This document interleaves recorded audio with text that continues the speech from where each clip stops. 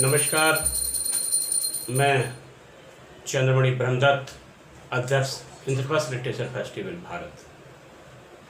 साथियों, मेरी पसंदीदा कविताओं के क्रम में आज देश और दुनिया में हिंदी भाषा से अपना परिश्रम ढलाने वाले आदरणीय किशोर कुमार जी की कुछ चुनिंदा कविताओं का वाचन मेरे द्वारा। आदरणीय किशोर कुमार जी गीतांजलि बहुभाषीय साहित्यिक समुदाय नाम से एक संस्था चलाते हैं यूके में, बर्मिंघम में, और फिलहाल में आप वहीं पर रहते हैं। और कई बार आपने भारत से साहित्यकारों को बुलाकर, बर्मिंघम में साहित्यकारों को बुलाकर उनका सम्मान किया है, करते रहे हैं। और भारत आने पर भी आप हिंदी भाषा के प्रचार के लिए कार्य करते हैं और उनको अपने तन मन धन से प्रोत्साहित करते हैं।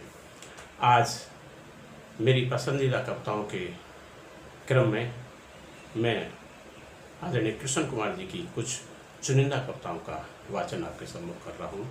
देखें, एक कविता है कि इनकी मृत्यु एक प्रश्न शीर्षक में कविता देखें कि मृत्यु के आने पर रोने चिल्लाने एवं आंसू बहाने की एक पुरातन प्रथा कब और कैसे चली, क्यों मिलती नहीं इतिहास के पन्नों में। इसकी रूपरेखा क्यों नहीं बदली इतिहास के अनुमोदन तथा बदलते समाज के साथ साथ, क्योंकि समय साहित्य एवं विज्ञान के आधारों पर इतिहासकार बदल देते हैं इतिहास को। सत्य एवं शाश्वत तो यह है कि जीवन स्वाधीन और मौत पराधीन है। जीवन स्वाधीन और मौत पराधीन है। आदेशों का पालन करना इसका कर्म भी है, धर्म भी, एक जीवन भी। मौत के लिबास में लिपटी हुई जिंदगी भटकती ही रहती है शरीर की तलाश में। समय के आने पर स्वाधीन जिंदगी बंदी बन जाती है और न जाने क्यों हम सब खुशियां मनाते हैं। इनकी अगली कविता का शीर्षक है इस जलते मकान में। देखें किशोर कुमार जी क्या कहते हैं इस कविता में। इस जलते मकान में बैठा हूँ चुपचाप, लेकिन क्यों? पानी और आग दोस्त कब और किसके बने हैं? इस जलते मकान में बैठा है चुपचाप, लेकिन क्यों? पानी और आग दोस्त कब और किसके बने हैं? मूक आवाज के स्पंदन से जीवन का पर्दा हिलता रहा है। सब कुछ जल रहा है मेरा, बचा ही क्या है जो जल जाएगा, जलता रह जाएगा। बहुत अच्छी कविता, बड़ी जमीनी कविता, आध्यात्मिक कविता। और देखें कि कविता की अगला शीर्षक है कि भोजन की तलाश में। देखें आदरणीय किशोर कुमार जी इस कविता में क्या कहते हैं। कविता का शीर्षक है भोजन की तलाश में। कठिन परिश्रम निहायत जहोजहद के बाद गीली नर्म जमीन के कलेजे का, कठिन परिश्रम निहायत जहोजहद के बाद गीली नरम जमीन के कलेजे को चीरकर एक केंचुआ हवा और भोजन की तलाश में धीरे धीरे बाहर आने लगा। भूखे गिद्ध की तेज बड़ी आंखों में बेचारा वह केंचुआ आते आते आ गया। एक को भूख प्यास को दूसरे की भूख प्यास ने सदा के लिए खामोश कर दिया। बहुत सुंदर कविता, जमीनी कविता। और देखें इनकी और कविता की मौत ने आ द्वार पर। कविता का शीर्षक मौत ने आ द्वार पर। मौत ने आ द्वार से मुझको पुकारा, दर से लिपटा हुआ बेजान सा तन पड़ा था। समय की दहलीज पर रूह ने आ प्यार से सब कुछ निहारा।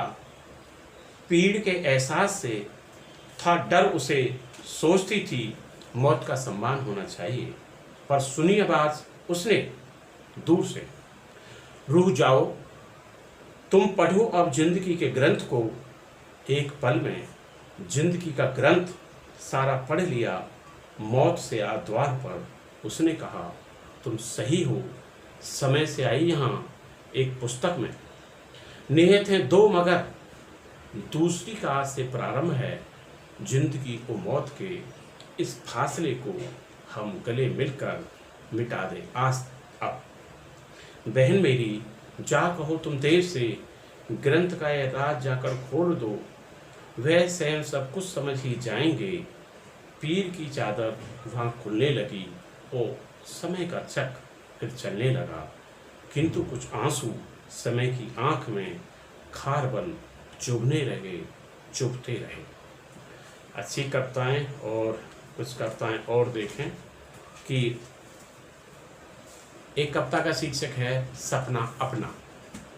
देखें, सपना अपना महल रेत पर प्रात हुई सब टूट गया, बिना छोर के गहरा सागर ऊसर जीवन, टूटी वीणा गीत और संगीत। मौन सब जैसे थे वैसे हैं, लेकिन एक अकेला पड़ा हुआ हूँ, जिसको सब कहते हैं अपना, पानी सा मुट्ठी में पकड़े सुंदर सपना।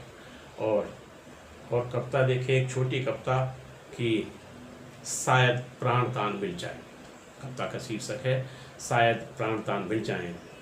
कविता में कृष्ण कुमार जी क्या कहने का प्रयास कर रहे हैं देखें। भूल गया वह कारण अपना, इसलिए तो वह भटका है, चलो करें अब नमन प्रकृति को, चलो करें अब नमन प्रकृति को, और जगाएं मन चेतन को। दीप जलेगा तब आशा का, शायद इंद्रधनुष दिख जाए, भाषा प्रकृति समझ आ जाए, जो खोया शायद मिल जाए, तोड़ रही दम मानवता को, शायद प्राणदान मिल जाए। और अंतिम कविता बड़ी महत्वपूर्ण कविता, उसे देखें कि इस महत्वपूर्ण कविता में क्या कह रहे हैं। इसमें कृष्ण कुमार जी कह रहे हैं कि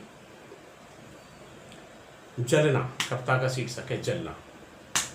जलते जलते जल जल कर सर सागर सरता बन जाता, धवल सिखा हिमगिर की बत्ता, बनकर काले काले जलधर सदा विचरता, देश देश में बहुमुखी आयाम बूंद का रहा बदलता।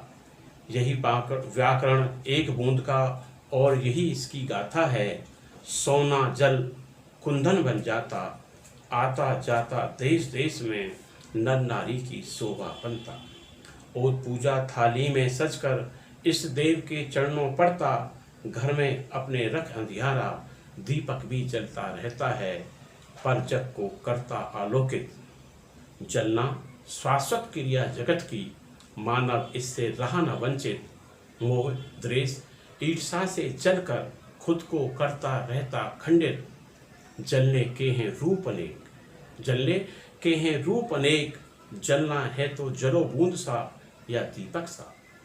तब शायद तुमको जीवन का सुख में चिर आनंद मिलेगा, जीवन का आनंद मिलेगा, मरने का आनंद मिलेगा।